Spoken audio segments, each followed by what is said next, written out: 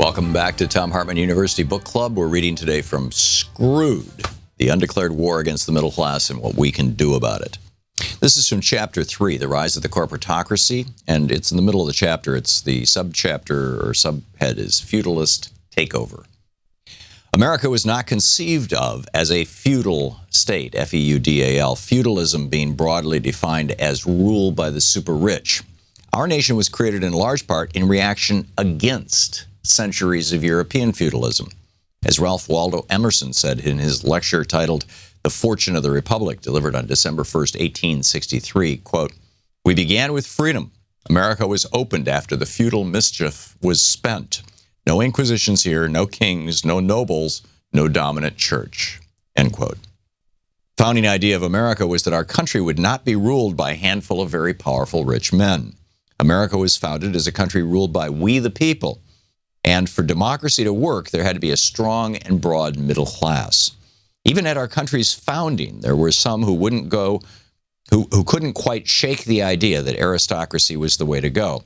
As Jefferson warned in a letter in 1826 to William B. Giles, there are even those who, quote, "look to a single and splendid government of an aristocracy founded on banking institutions and moneyed corporations under the guise and cloak of their favorite branches of manufactures, commerce and navigation, riding and ruling over the plundered plowmen and beggared yeomanry, farmers and factory workers. This will be to them the next blessing of the monarchy, of their first aim and perhaps the surest stepping stone to it." The aristocracy that Jefferson feared rose first during the Gilded Age in the 1880s, when just a few companies seized control of much of America, including many of our elected officials. The major form of transportation and communication in those days was the railroads, and the railroads were owned by the Vanderbilts. The major form of energy then, as today, was oil, monopolized by John D. Rockefeller's Standard Oil Trust. And the major form of trade was in manufactured goods, which required factories, which in turn required steel, monopolized by Andrew Carnegie and his Carnegie Steel Company. These monopolists required ways to retain their hold on the money, so they turned to financiers like Jay Gould and John Pierpont Morgan, who set up large trusts for them. The Progressive Movement and then FDR beat back these monopolists with the Sherman Antitrust Act, the National Labor Relations Act, the Wagner Act, and other laws that regulated the game of business. Then Ronald Reagan, George Bush Sr., Bill Clinton, and George Bush Jr. came along and turned back the clock. Reagan fought the labor laws. Bush Sr. pushed for fast-track trade authority for the president. Clinton finally took down trade protections with NAFTA. And Bush Jr. put corporate executives into the driver's seat on government legislation. We've entered a new robber baron era. Today, the major form of communication is by phone and the internet in an area increasingly monopolized by the new AT&T, formerly SBC Singular AT&T. The major form of energy, oil, is controlled by just a handful of companies. Today's economic driver is the computer. Its software is monopolized by Microsoft, and its hardware is manufactured by a handful of oligarchs. Today, as in the Gilded Age, the rich are richer than ever. Forbes crows that in 2005, the rich got richer as the collective net worth of the United States' wealthiest climbed $125 billion to $1.13 trillion. That's greater than the gross domestic product of Spain or Canada. Bill Gates alone is worth $51 billion. 5 Walton family members, the owners of Walmart, made it into the top 10.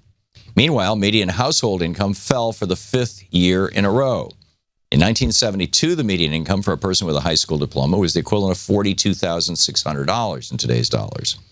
In 2002, the last year for which the National Center for Education Statistics compiled such numbers, a person with a high school diploma has a median income of $29,600. As the rich got richer, the rest of us got poorer, particularly what used to be of our middle class. The hallmark of the corporatocracy is monopoly. Fewer people holding more of the wealth, fewer companies holding more of the commons. The very competition that the conservatives claim to embrace is destroyed by the unrestrained growth of corporate interests. Big fish eat little fish over and over until there are no little fish left. And they eat the middle-sized fish until they're gone too. Look at the thoroughfares of any American city and ask yourself how many of the businesses here are locally owned. Instead of cash circulating within the local economy, at midnight every night a button is pushed and the local money from all over America is vacuumed away to Little Rock or Chicago or New York. And the corporate lords want more. Not content with their hold over the private sector, they want to take over the public sector too. When Jeb Bush was governor of Florida and cut a deal with Enron to privatize the Everglades, it diminished the power of the Florida government to protect a natural resource and enhanced the power and profitability of Enron.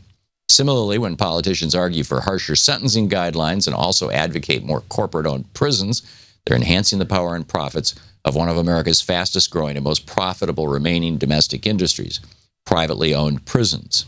The cons look at the government's pollution controls and see regulations that get in the way of their profits. They look at single-payer health care and see a threat to the pharmaceuticals industry's practice of price gouging. They look at Social Security and see an opportunity for more bonuses for Wall Street fat cats. And on it goes. The book is screwed.